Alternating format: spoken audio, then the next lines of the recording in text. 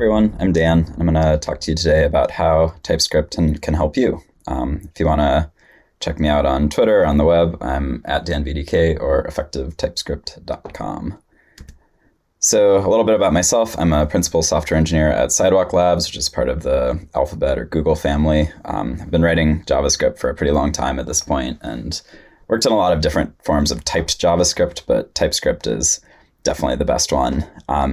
And when I'm not writing TypeScript, I like to climb rocks and play bridge. And most recently, I also wrote a O'Reilly book about TypeScript called Effective TypeScript, 62 Specific Ways to Improve Your TypeScript. So if you like the talk and want to hear more, I would recommend checking out the book, which is now available in Polish. My Polish is not very good, so if you read this book, please let me know how it is. So today, I'm going to talk about what TypeScript is and how it can help you. And then we're going to look at a way of thinking about types, which is as a form of living documentation of your code. We're going to look at how the type system can help you solve problems, including problems that might not obviously be about types. And then we're going to look at what it feels like to fight the system and how you can recognize that you're fighting the type system and what you can do about that.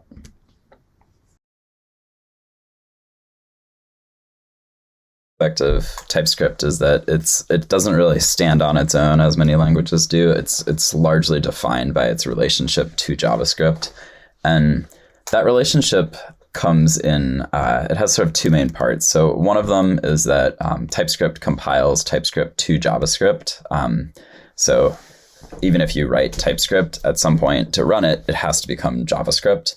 And the other part, and the more famous part, is that it adds a static type analysis layer to JavaScript. So let's look at what that means. So I think one of the best ways to get familiar with TypeScript and really understand how it works is through the TypeScript Playground, which is an officially supported interactive editor in your browser that Microsoft has put together.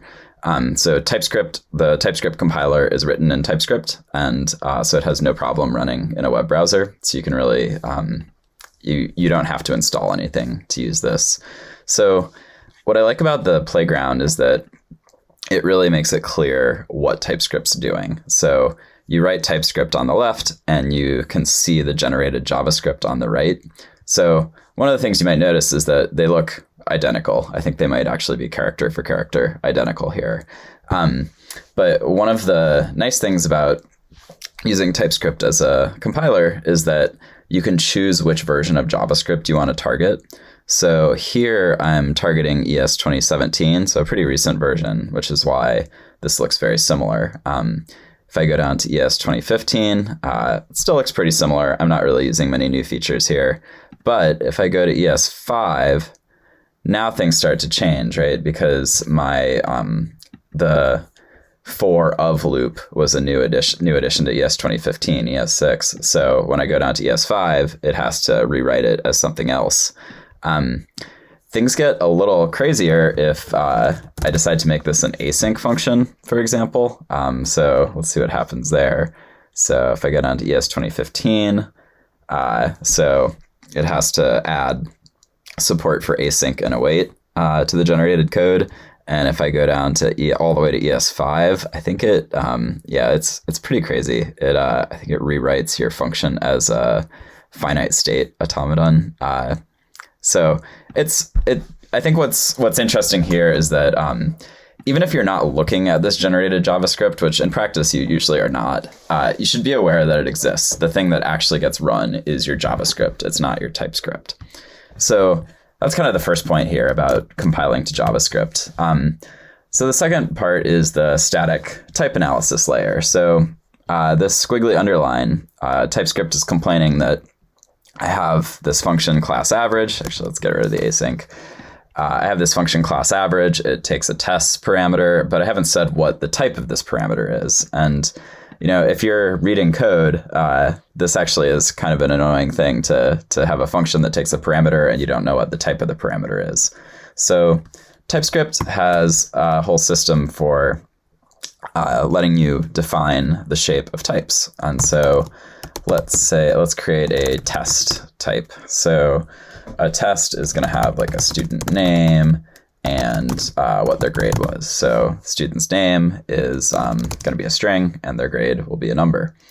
And then we can declare that this parameter is of type test array. And now we can call class average, and we have to pass in a student name, so you get autocomplete, which is a nice thing. So Bobby, maybe Bobby got a 72, he got a C minus. So what TypeScript will do now is it can check that when you call the function, you've passed in the specified type. So if we have a incorrect property, TypeScript will complain. It even suggests the correct name here, which is nice. And the other thing is that it will check the implementation. So here, if I check the wrong property, or I add the student name instead of the student grade, TypeScript will complain about that. And so you get type safety that way. It's always useful to when you're writing TypeScript to mouse over symbols and see what TypeScript thinks that their type is. So here, sum is TypeScript thinks it's a number because I've initialized it to 0. I didn't have to write number. You could, but there's no reason to. And so I think a sort of a good takeaway here is that you learn a lot about TypeScript's type system just by mousing over symbols and seeing what TypeScript thinks that their type is. So here, this is interesting. I didn't declare a return type for class average, but TypeScript has figured out that it's number based on what I returned. So I could add an annotation if I wanted to, but I don't have to. And sort of a final interesting thing to note here is that when you compile TypeScript to JavaScript, the types get stripped away, right? So here, the annotation is gone from the function definition, and this interface itself is also gone.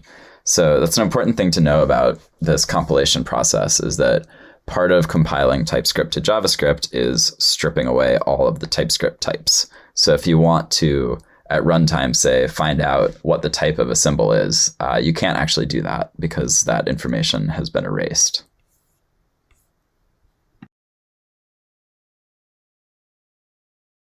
Type safety quite often, but I wanted to talk a little bit about another way of thinking about types, which is as a form of documentation, as a particularly great form of documentation.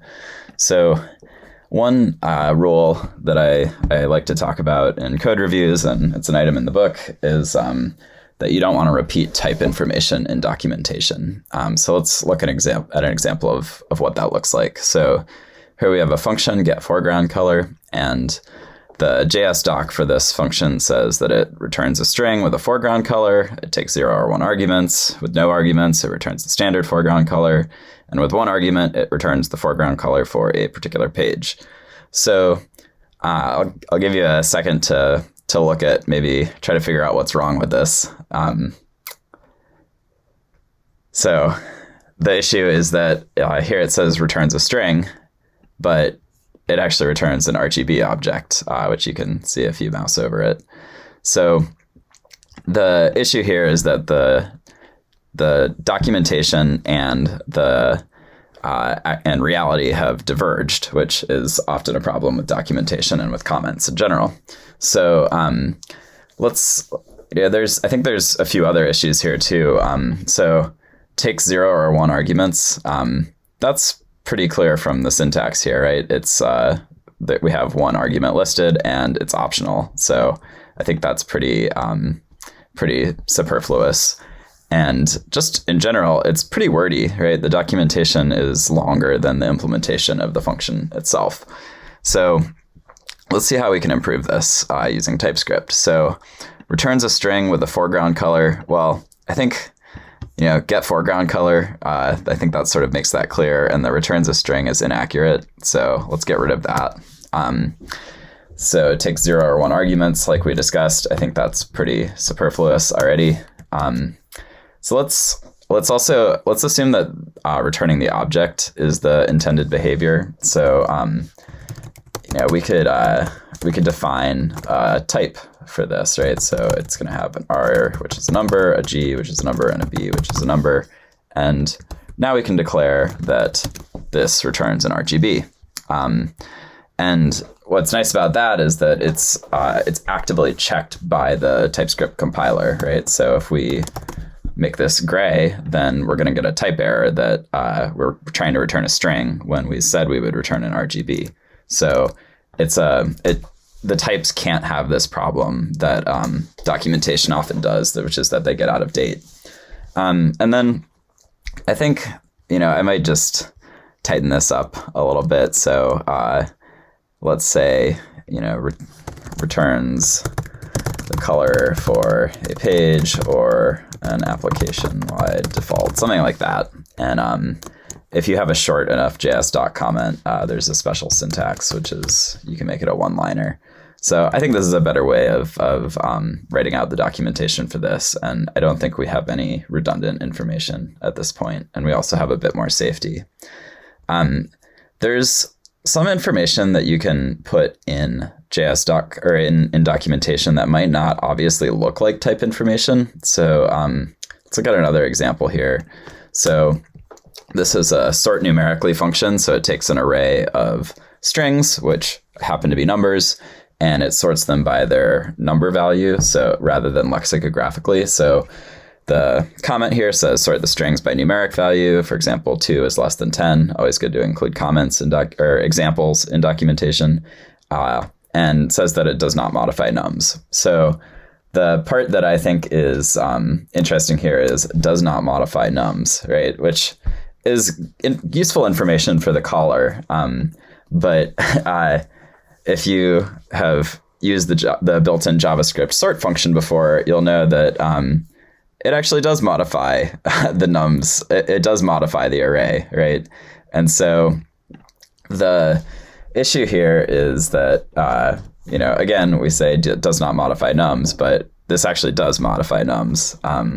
So the better way to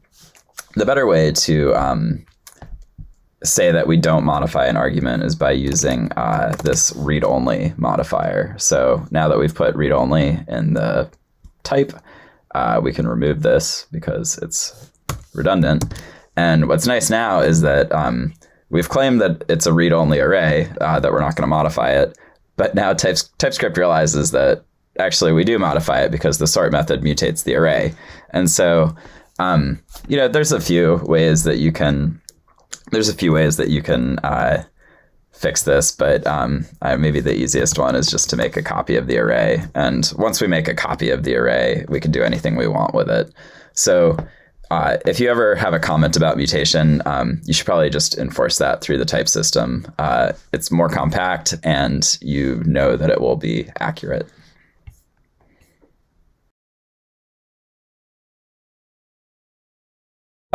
Writing out your types can help you find bugs and lead you to writing correct code. So let's imagine that we have an application here that's you could imagine this is in practice would be something like React, but it takes a page state and it renders what the UI should look like. So here our state is some sort of request. So it could be an error, in which case we'll say that the current page errored. It could be loading. Or the success state is that the current page has some sort of text. So I've written out what the type for this would be here. So we have current page, we have the page text, we have whether it's loading, and we optionally have an error. And right now, I think just writing out your state, writing out your type explicitly, I think can really help bring out some issues with it. So in particular, what if both isLoading and error are set? What would that mean? What if isLoading and page text are both set, or error and page text? Those are all possibilities, right? If isLoading is set, then we probably don't know the page text yet, right? So that's potentially a problem. Also, writing out this type for the interface, we ran into some issues in implementing a function that changes the page, right? So there's some race conditions here. So if you could imagine that we change the page and we wait for the response to come back in, and then we fill out the page text. But in the meantime, we've had another request, another change page call has come in, and it's changed the current page. So when we fill in page text, we actually might be filling in the wrong page text, and it won't be for the current page. So this has some issues. So let's look at a slightly better way to model this. So here I've actually enumerated out all of the different states that a request can be in. So the first thing to notice here is that the type for the state is quite a bit longer. It's maybe double the length that it was before. But the great thing about this is that it really specifically enumerates all the possibilities and not any combinations that aren't possible, right? So here we have different types for a pending request. So it just has a state of pending. An error state, in which case the state is error and we have an error string, and a success state where the state is okay and we have the page text. And then we've defined the overall state of a request as one of these three. So you read this as or union. And this is a pretty common pattern in TypeScript. So this state property here is called a tag, and this is called a tagged union. And then for the overall state, we record the current page, and then we just have this mapping from page to request state. So if there are multiple requests outstanding, then they each have a correct place to go. And so when you implement the render page function now, when you try to read a property off state, TypeScript actually won't, if you look up the request for the current page, and if you try to read properties off of request state, TypeScript will only let you read the state property because that's the only one that all three of these types share. But if you check what that property is, well, in the error case, now TypeScript knows that request state is specifically an error. And so now it lets us read off the error.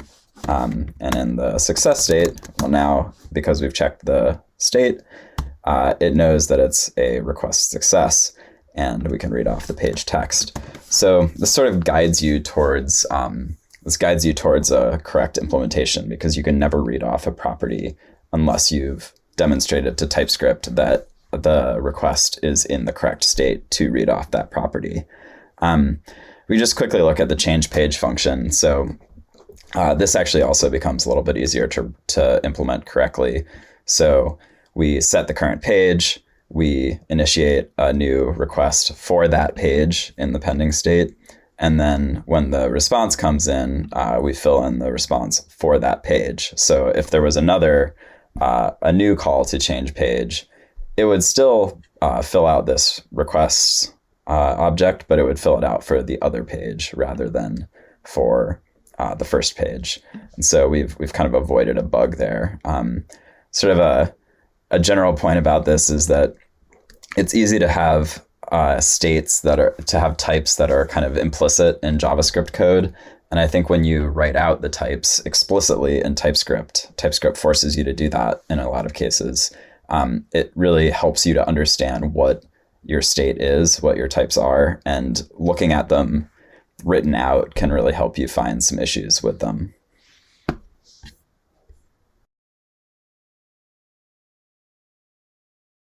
Okay, so what does it look like if you're fighting with the type system? So here we're back on the playground, and we have this function that takes someone's name, and it takes their birth date, or maybe you don't specify their birth date, and it's going to generate a greeting. So it'll say hello name, and if you specify the birth date, it'll say how old you are in seconds.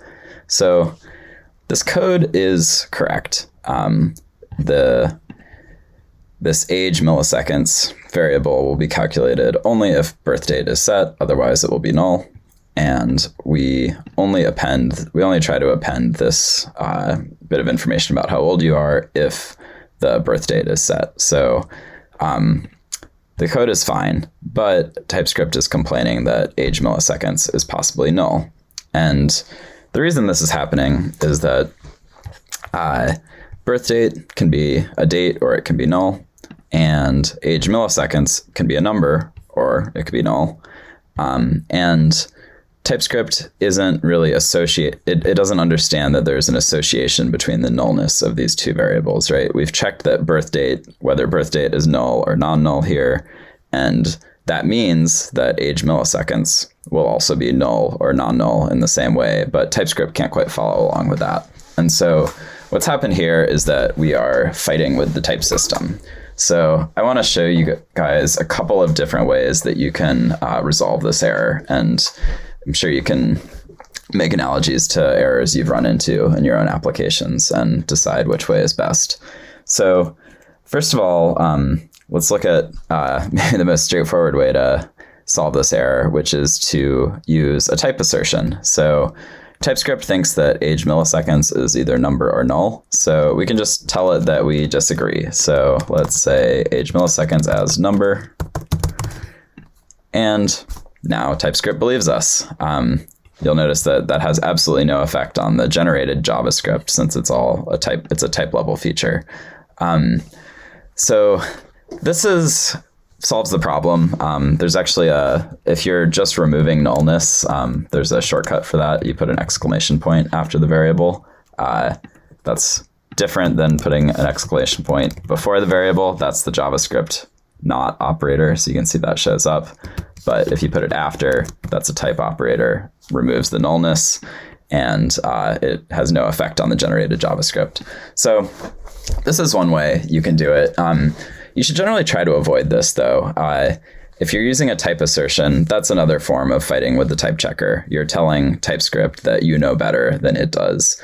And it works in this case because we can sort of construct this proof that age milliseconds is only null if birth date is null. But that might change over time, right? And your type assertion that used to be valid after you or a coworker changes this code might no longer be valid. So try to avoid type assertions if you can. Sometimes you can't, but usually you can avoid them. Maybe the most straightforward way we can solve this problem is instead of checking if birth date is null, we can just check if age milliseconds is null. So, if it's if age milliseconds is truthy, then we'll add this greeting. If you want to be picky, maybe we should actually check if it's null, because 0 would also fail that test. So that's another way to solve the problem. And what's happening here is that up on this if statement, age milliseconds, TypeScript thinks it's either a number or null. And then inside this if statement, because we've checked that it's not null, TypeScript now knows that it's a number. It can't be null.